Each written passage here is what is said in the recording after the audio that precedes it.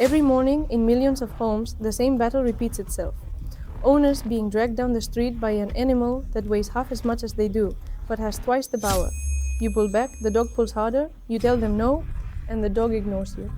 You get home with aching shoulders and skyrocketing frustration, knowing that tomorrow, the exact same thing will happen.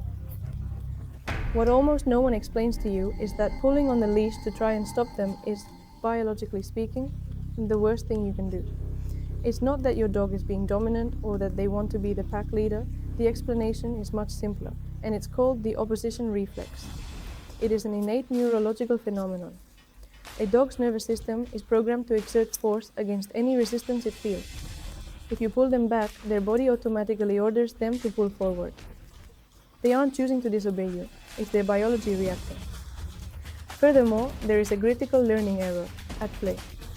Every time your dog pulls and you, even reluctantly, take just one step forward, their brain receives a clear message. Pulling works. To them, the tension on their neck is the price they pay to reach the bark, or that interesting scent. The behavior is being rewarded every single second of the walk. If you want to break this cycle, you have to stop fighting their strength and start understanding how their instinct works.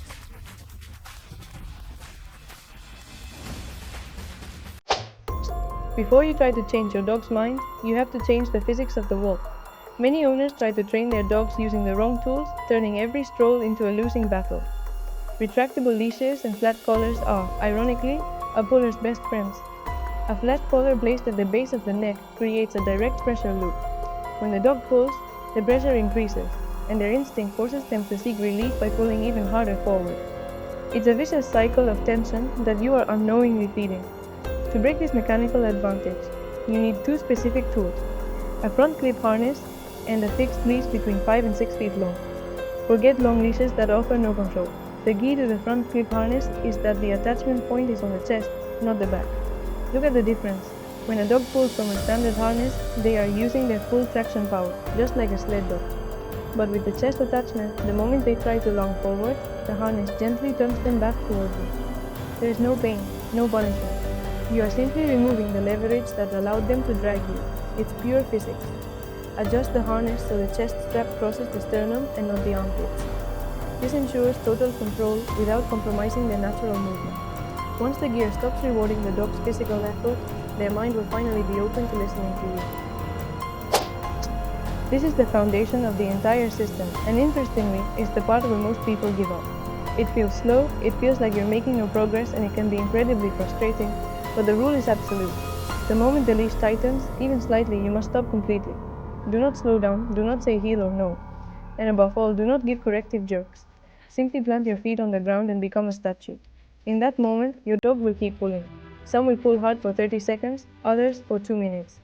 Do not interact with them, do not look at them. Simply remain motionless. What we are looking for is for the dog to make the decision on their own. The instant the leash goes slack, even if it's just because the dog shifts their weight back or takes a small step toward you, mark it with a yes or a click and take 2 or 3 quick steps forward. Those steps forward are the true reward. You have to understand canine psychology. Your dog wants to move forward, and you are teaching them that the only key that unlocks movement is a loose leash. At first, it might take you 20 minutes to cover barely 50 yards. Don't worry, this isn't failure. You are restructuring the way they process the walk. According to veterinary behavior studies, dogs trained with this no forward movement protocol show a much more lasting reduction in tension than those corrected with collar yanks. Consistency here is what separates a stressful walk from a perfect one. Once your dog starts to understand that tension means stop, it's time to level up and work on their focus. Most dogs don't pull out of spite. They do it because the environment is far more interesting than you are. To them, you're just an anchor slowing them down on their way to the park's scents. With the change of direction, we are going to shift that hierarchy. You're going to go from being a nuisance to being the leader of the expedition. The technique works like this. The moment the leash tightens, instead of standing still like a statue, you're going to pivot on your heels and walk in the opposite direction. Don't give a warning, don't say, this way, and don't give a sharp yank. Simply move with purpose in the other direction. Your dog, who was focused on something ahead, will suddenly find that their guide has left. In that instant, they have two options. Either stay rooted and feel the pressure, or turn to follow you. When they turn and catch up to you, reward them immediately while you walk. What you're achieving here is that the dog can no longer afford to ignore you. By being unpredictable, you force their brain to constantly monitor you. If I don't look at my owner, I'll lose my way. This exercise is especially useful in the first 10 minutes of the walk, when excitement levels are through the roof and the dog is less receptive. By becoming the most dynamic and interesting element of the walk, paying attention stops being a demand and becomes a necessity for them. A dog that is paying attention to you is a dog that, by definition, cannot pull on the leash.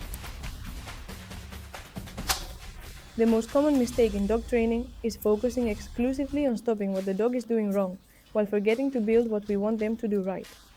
A dog that stops pulling doesn't automatically know where they should be. You have to teach them where the success zone is. The ultimate goal isn't a military-style heel, where the dog can't even sniff the ground, but what we call a loose leash or a J-loop. It means that throughout the journey, the leash hangs relaxed and slack between you and them. That curve is the visual signal that you're doing it right. To maintain this behavior, you must reward the absence of tension. Every time your dog walks by your side with a loose leash for 30 or 40 seconds, mark that moment with a yes and drop a treat on the ground right next to you without stopping your pace. At first, you'll do this very often, but as the dog becomes more reliable, start spacing out the rewards at variable intervals. Sometimes after 60 seconds, other times after 2 minutes. This uncertainty in the reward is the most powerful reinforcement there is for fixing a long-term behavior. Even on bad days, when another dog appears or there's an extreme distraction, stick to the principles. If the excitement is too high and the dog lunges, don't fight it. Simply add distance, cross the street, or go back to the statue technique. Learning isn't a straight line, and there will be regressions, but that's not failure. It's part of the process. The ultimate key is consistency. If you follow the system but the rest of the family allows the dog to pull, the dog will learn that it doesn't work with you, but it still works with everyone else. For the change to be permanent, everyone holding the leash must speak the same language.